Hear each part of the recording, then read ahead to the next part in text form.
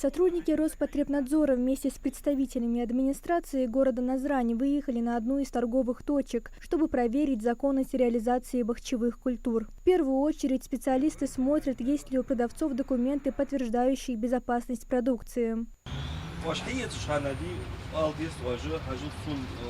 Проверенные продукции на безопасность.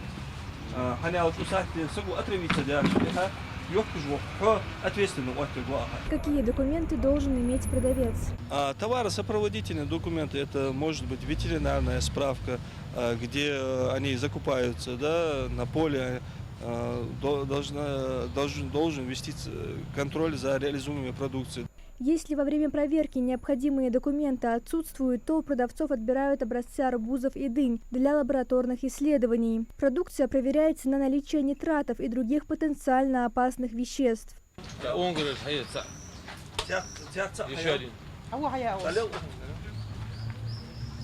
Так, номер 2. 271 от Уяза. Продукция будет доставлена в лабораторию ФБУЗ, Центр гигиены и эпидемиологии, на определение на наличие нитратов и яйцеглисты, паразитологии. Затем будут выданы результаты для дальнейшей продажи бахчевых продукций.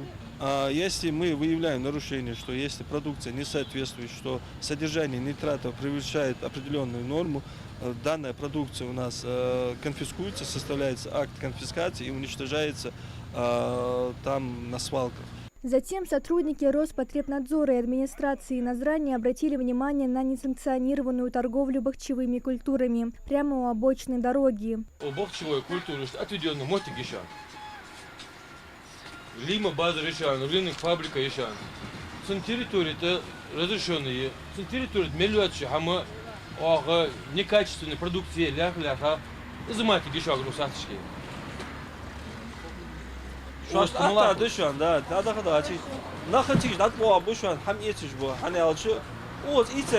Небезопасно и для жизни и здоровья.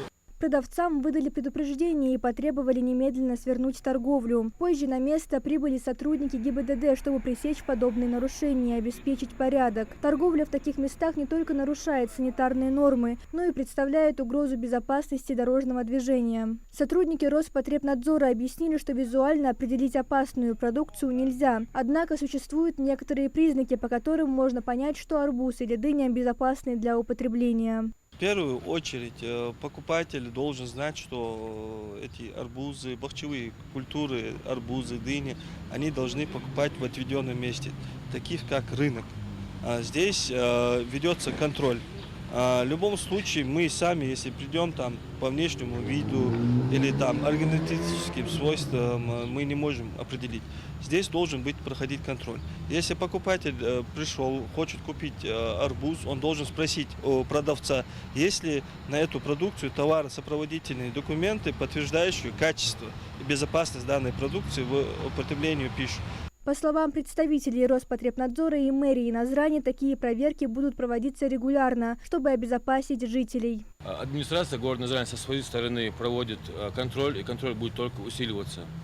Есть официальные рынки, торговые точки, где реализация бахчевых продуктов, где предусмотрена реализация бахчевых продуктов. Также с специалистами, сотрудниками совместно с участковыми проводится ежедневный мониторинг по ликвидации стихийной торговли в неотведенных местах. Случаи отравления бахчевыми культурами фиксируются каждый год, поэтому представители Роспотребнадзора рекомендуют жителям быть бдительными при покупке подобной продукции. Мария Амбата, Мухаммад Яндиев, Магаз 24.